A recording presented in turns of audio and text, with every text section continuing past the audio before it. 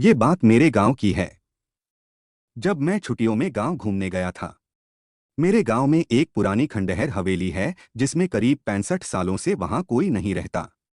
ये बात मुझे मेरे गांव के दोस्तों ने बताया।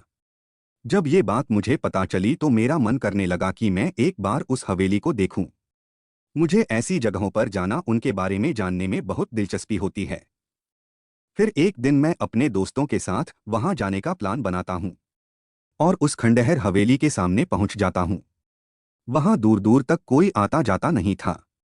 मैंने जब ये बात अपने दोस्तों से पूछी कि यहाँ अगल बगल कोई रहता नहीं, बल्कि लोग इस रास्ते भी आ जा नहीं रहे हैं, ऐसा क्यों? तो मेरे दोस्तों ने बताया ये हवेली सिर्फ पुरानी और खंडहर नहीं है, बल्कि ये हवेली एक भूतिया श्रापित हवेली है। मैं बोला, ऐसा तुम इतने यकीन से कैसे कह सकते हो?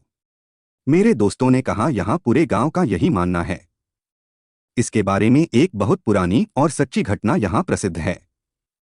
मेरे मन में इसके बारे में जानने का ख्याल और बढ़ने लगा। मैंने पूछा, क्या है इसके पीछे की कहानी? तब उनमें से एक दोस्त ने मुझे बताना शुरू किया। आज से करीब 65 साल पहले इस हवेली के मालिक बहुत बड़े जमींदार हुआ करते थे। उनकी एक पत्नी भी थी जो बहुत सुंदर थी, उनका नाम सुलेखा था। उस समय ही डाकुओं के भी खौफ से लोग डरते थे। डाकुओं की टुकड़ी जिस गांव में भी घुसती थी, उस गांव को पूरी तरह बर्बाद कर देती थी। क्या हुआ, जमींदार का एक बार डाकुओं के सरदार को जमींदार के धन और संपत्ति पर नजर पड़ी, जिसके बाद उसने जमींदार के घर डकैती डालने का सोचा। इस पर सभी डाकुओं ने हाँ कर दिया। फिर एक दिन वो भी गया जो जमींदार ने कभी सोचा भी नहीं होगा। डाकुओं ने एक दिन जमींदार के हवेली पर रात में डकैती मार दी।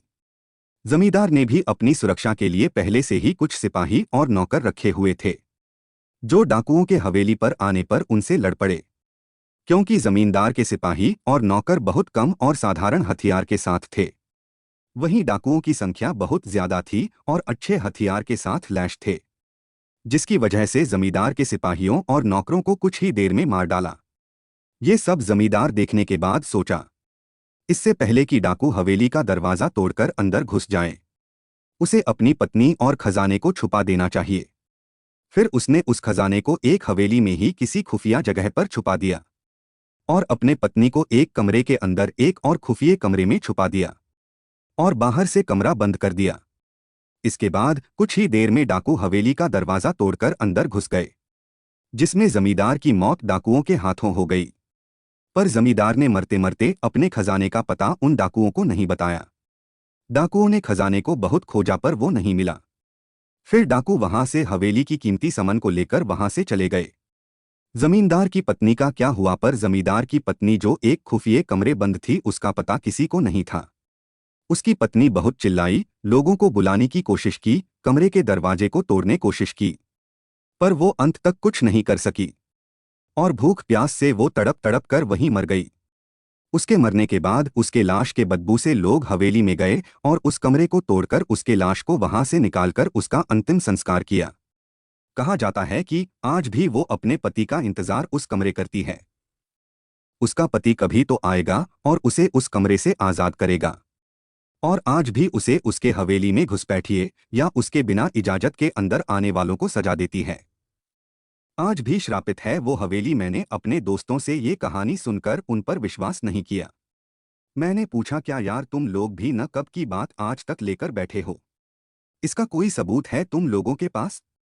तो उन लोगों ने बोला, कुछ लोगों ने इस हवेली में जाने की और वहां रुकने की गलती की थी, जो आज तक इस सदमे को भूल नहीं पाए हैं।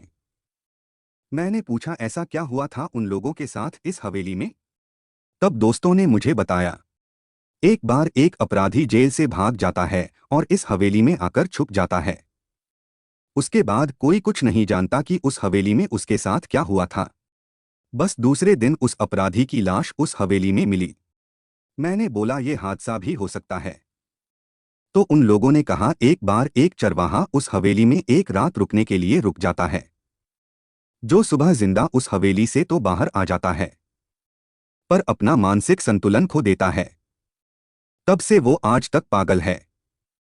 ये सब बातें सुनकर मेरी हिम्मत नहीं हुई उस हवेली के अंदर जाने की, इसलिए हम लोग वहां से घर चले गए और दोबारा फिर मैं कभी उस हवेली को देखने नहीं गया।